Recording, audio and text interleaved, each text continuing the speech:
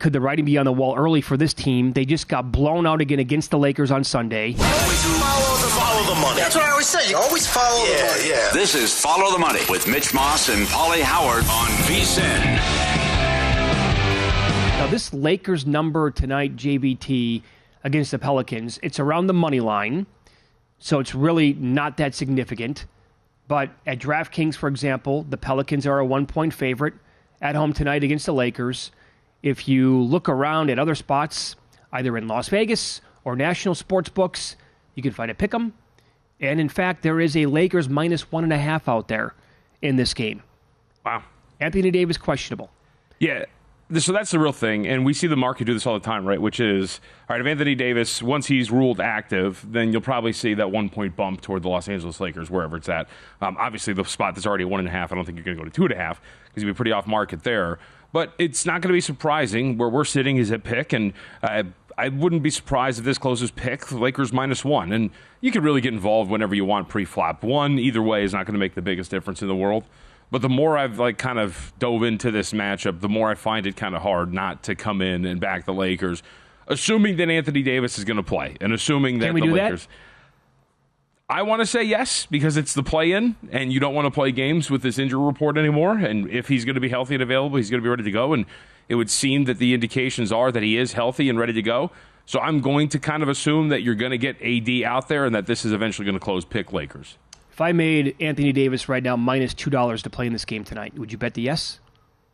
I would say yes. You would bet $2? I know we were talking and kind of laughing about the ability or the potential for the Lakers to try to thread the needle, right? Which is lose this game, then play the winner of the 9-10 matchup and try to get the Oklahoma City Thunder. The reality is that you don't want to put it up to a one-game elimination and that you want to come in and win this matchup. So I do think that you're going to put your best foot forward. I do think that Anthony Davis is going to play here, so I would say yes.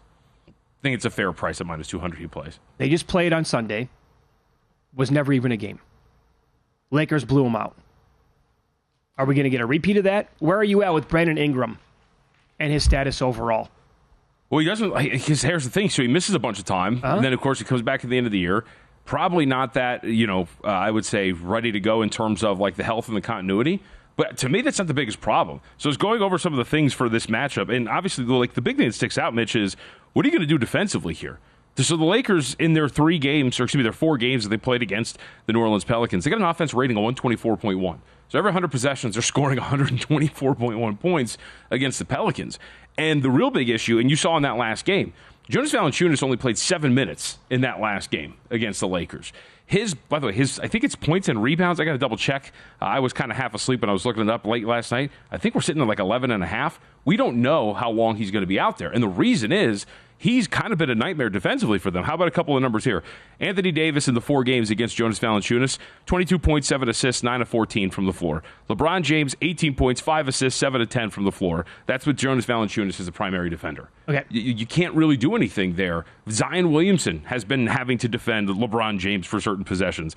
Yeah, same thing with Rui Hachimura. Rui Hachimura is a perfect 7 of 7 in this series against Zion Williamson as a primary defender. LeBron's been to the free throw line 10 times as Zion Williamson as a primary defender.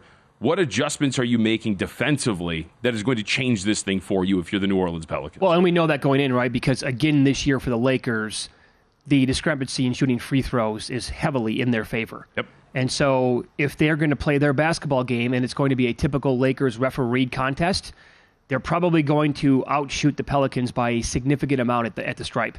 And if they're hitting all those free throws, then they are going to win this game. And if AD plays, they are going to win this game. Do you think Valanciunas then is just, what's more likely to happen here? He's a total non-factor in the game, or he doesn't even play?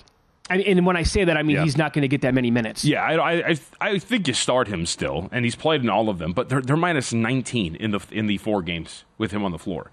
It's just not good. So you start him, you try to do something with him.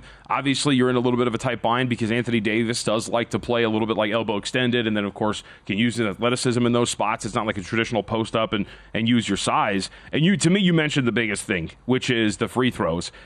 The New Orleans Pelicans are 10th in free throw rate. They make 20.2 free throws for every 100 shot attempts.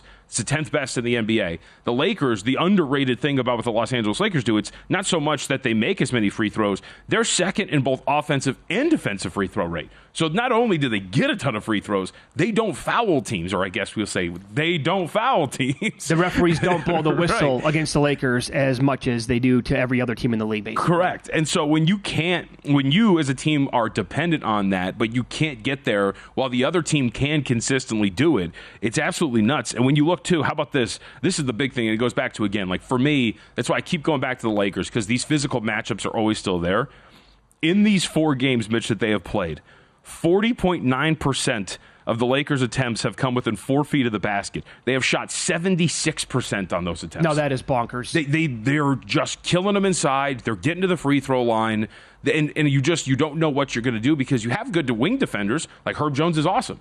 Herb Jones gives up like 1 million pounds to LeBron James. Oh, yeah. You're not going to throw that's him no there. contest. Right. So, like, this is why I like the playoffs so much, because you look at these matchups, you go, what are you going to do? How are you going to adjust?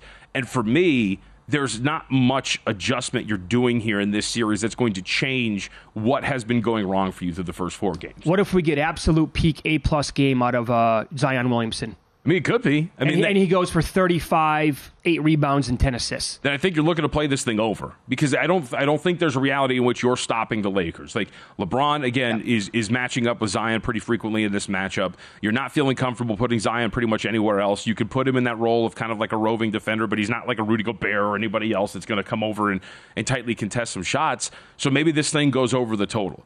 But if that's what you're looking for, you're also looking, of course, if that's going to be the case, you're getting to the free throw line a little bit more than you were in this series against the Lakers.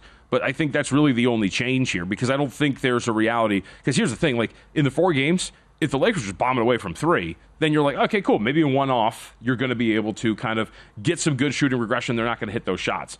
But when you're giving up shots within 4 feet of the basket that regularly against this team, that's not changing when you get back to another game here, even if it's on your own floor. Do people need to tread lightly betting this game live tonight? The thought is here, because it basically is a round to pick 'em, that you're going to potentially get a much better number than this on either side, because runs happen in the NBA. But what about if, let's say, either team gets out to a 15-point second quarter lead, or they're leading by double digits in the third quarter? Could the team that's losing at some point decide, you know what, we lose this one, we're going to punt on the rest of this game. We have one more. I'll sit my guys here, and you want to be careful with maybe watching what they're going to do with the rotations. Could that be in play? I mean, I think it is, but I don't think it's in play until late in the fourth quarter. Late in the fourth quarter. Because, like, as we kind of discussed here, like if you're the Lakers and for whatever reason you find yourself in the fourth quarter with like 2.5 minutes left, 2 minutes left, and you're down by like 13 points.